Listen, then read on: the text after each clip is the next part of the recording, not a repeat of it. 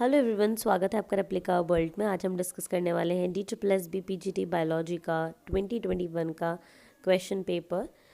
इससे पहले हम लोग एक डिसिप्लिन के क्वेश्चंस कर चुके हैं। एक्चुअली में जब हम DSSB PGT एग्ज़ाम की अब बात करते हैं, जब से ये ऑनलाइन हुआ है, तो यहाँ पर जो 200 क्वेश्चंस हैं वो डिसिप्लिन्स में बटे हुए होते हैं। मतलब कि हर डिसिप्लिन में 20 क्वेश्चंस होते हैं।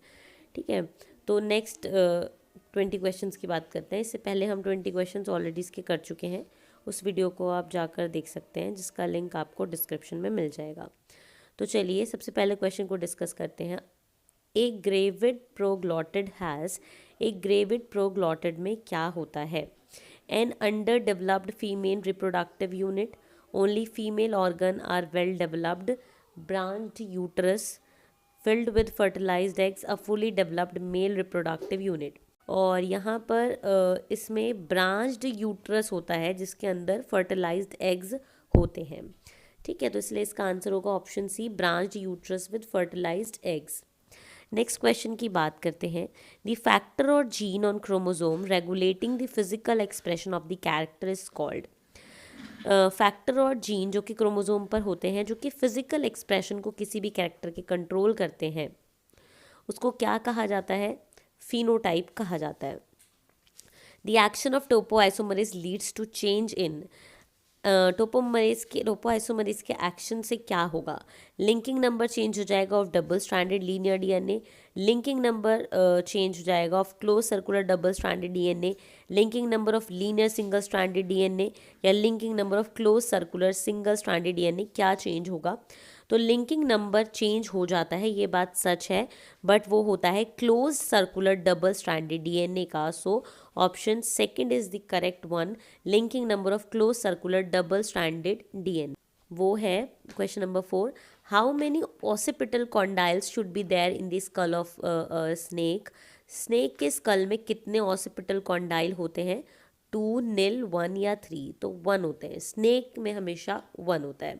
अगर ह्यूमंस की बात करते हैं तो ह्यूमंस में 2 ऑसिपिटल कॉन्डाइल होते हैं, इसलिए हमारे स्कल को डाइकॉन्डाइलिक भी कहा जाता है, because we have 2 occipital condyles but snake have only 1। Which of the following removes the RNA primer from the lagging strand? Lagging strand से कौन RNA primer को remove करता है?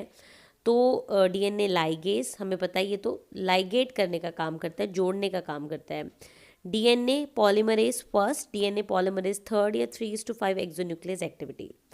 देखिए यहाँ पे जो आंसर है वो है DNA पॉलीमरेज 1, क्योंकि DNA पॉलीमरेज 1 में 5 prime to 3 prime exonuclease activity होती है। तो इस काम के लिए हमें चाहिए 5 prime to 3 prime exonuclease activity which is in DNA polymerase first, इसलिए इसका आंसर होगा 2। नेक्स्ट है, which of the following works help to establish the relationship of a gene to control synthesis of one enzyme? ठीक है, तो इनमें से कौन सा ऐसा है काम जो कि रिलेशनशिप को एस्टैब्लिश करने में हेल्प करता है of a gene to control the synthesis of one enzyme, यानी one gene one enzyme hypothesis किसने दी थी? तो डिफरेंट ऑप्शंस हैं, जिसमें से करेक्ट ऑप्शन है option second, the work of George Beadle and Edward Tatum during the 1930s on the mould Neurospora crassa. ये पूरी स्टेटमेंट इंपॉर्टेंट है क्योंकि कई बार दूसरी तरीके से भी सवाल पूछा जा सकता है कि मोल्ड न्यूरोस्पोरा क्रेसा के ऊपर इनमें से किस साइंटिस्ट ने काम किया था for the one enzyme one gene hypothesis, या फिर ये भी पूछा जा सकता है कि उन्होंने किस ऑर्गेनिज्म पे काम किया था। तो न्यूरोस्पोरा क्रेसा पर पे उन्होंने काम किया था। नेक्स्ट क्वेश्चन की बात करते हैं, question number 7। Consider the following animals, cartilaginous fishes, frogs, crocodiles. इन तीनों को कंसिडर करें तो हमें बताना है इनमें से ऐसा कौन सा एनिमल है जिसके पास एक ही हार्ट ऑरिकल है, which has only single chamber of heart auricle. तो ये बात हमें पता है कि क्रोकोडाइल और फ्रॉग में 2 ऑरिकल्स होते हैं। कार्टिलेजिनस फिश ऐसी होती हैं सिर्फ जिनमें एक ही ऑरिकल होता है, इसलिए इसका आंसर होगा कार्टिलेजिनस फिशेज, यानी कि ओनली फर्स्ट। नेक्स्ट क्वेश्चन है, which of the following parasite show alternation of generation and alternation of host in its life cycle? किस में ऑल्टरनेशन ऑफ जनरेशन भी होता है, at the same time alternation of life cycle भी होता है, फैशियोला hepatica या टीनिया सोलियम। ठीक है, तो इसका आंसर है ओनली फर्स्ट यानी कि फैशियोला हेपेटिका। ठीक है, तो फैशियोला हेपेटिका होता है जिसको लिवर फ्लूक भी कहा जाता है। नेक्स्ट आ जाता है the breathing of blue whale occurs through. Blue whale की जो ब्रीदिंग होती है वो किसके थ्रू होती है, तो हमें पता है नोज तो उनके पास होता नहीं है, स्किन गिल्स नहीं, ब्लो होल के थ्रू होता है। ब्लो होल जो होता है उसके थ्रू ही गैशियस एक्सचेंज होता है। नेक्स्ट क्वेश्चन है consider the following statement. This type of immunoglobulin is a type of antibody representing approximately 75% of serum antibodies in human. ये इस टाइप का इम्यूनोग्लोबिन होता है जहाँ पर कि ये 75% रिप्रेजेंट करता है टोटल एंटीबॉडीज़ को ह्यूमंस में। और दूसरा ये सबसे ज़्यादा पाए जाने वाला है एंटीबायोटिक है एंटीबॉडीज़ हैं इन द ब्लड सर्कुलेशन। तो किसके बारे में बात हो रही है, आईजीजी, आईजीडी, आईजीई या आईजीएम। तो हमें पता है मोस्ट अबंडेंट तो कौन सी हैं, आईजीजी। बात करते हैं with the help of dash diagram, production of gametes by the parents, the formation of the zygote, the F1 F2 plants can be understood. Test cross, heterozygous monohybrid cross या Punnett square. तो हमें पता है Punnett square की help से ही हम ये चीज़ें देखते हैं, क्रॉसेस करते हैं। The jawless vertebrates are known as, jawless vertebrates को क्या कहा जाता है, ऑस्टिक थाइज, कॉन्ड्रिक थाइज, अगेंथा या फिर डिप्नोई। हमें पता है इनको एग्नेथा या एगेंथा कुछ भी आप प्रोनाउंस कर सकते हैं कहा जाता है, यानी थर्ड ऑप्शन इसका आंसर है। बात करते हैं विच of the following shows the characteristics of Trojan. Trojan की कैरेक्टरिस्टिक किस में होती है।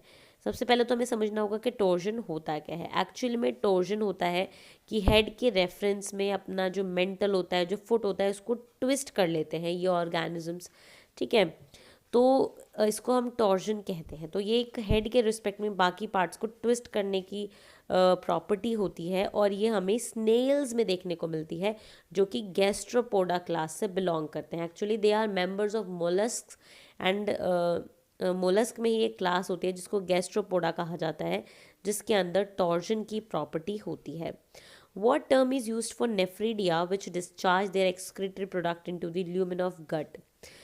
उस नेफ्रिडिया का क्या नाम होता है जो कि अपने एक्सक्रीटरी प्रोडक्ट को गट के ल्यूमेन में डालता है, यानी इंटेस्टाइन के ल्यूमेन में छोड़ देता है। होलोक्राइन, एंटीरोनेफ्रिक, एक्सोनेफ्रिक या एक्सोक्राइन। तो इसको कहा जाता है एंटीरोनेफ्रिक। Dash is the process where the microspores are formed from a pollen mother cell. Pollen mother cell से जब माइक्रोस्पोर्स बनते हैं तो उसको क्या कहा जाता है। जब पोलर मदर सेल से माइक्रोस्पोर बनते हैं तो उसको माइक्रोस्पोरोजेनेसिस कहा जाता है। नेक्स्ट क्वेश्चन है lactose is the substrate for which of the following enzyme, beta galactosidase, glucosidases, galactose या बीटा ग्लूकोरोनिडेज। तो इसका आंसर है beta galactosidase. Synthesis of mRNA on DNA template is unidirectional with the help of primer, unidirectional, bidirectional with the help of primer या सिर्फ bidirectional. तो इनमें से option second सही है, यूनिडायरेक्शनल।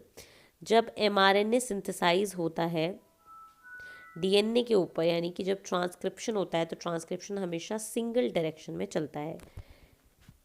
नेक्स्ट क्वेश्चन है which of the following can create electric fields, porpoises, dolphins, turtles या torpedoes. तो हमें पता है टॉर्पीडोज ही इलेक्ट्रिक फील्ड क्रिएट कर सकती हैं।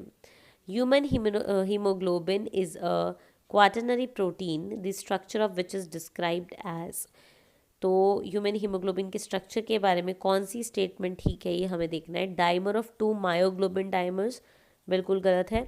टेट्रामर ऑफ 2 डिफरेंट सब units, tetramer of identical peptide सब यूनिट्स या टेट्रामर ऑफ 4 डिफरेंट सब यूनिट्स। तो हमें पता है कि हीमोग्लोबिन में 4 यूनिट्स होती हैं जिसमें से कि 2 अल्फा यूनिट्स होती हैं, 2 बीटा यूनिट्स होती हैं, यानी कि टेट्रामर ऑफ 2 डिफरेंट यूनिट्स।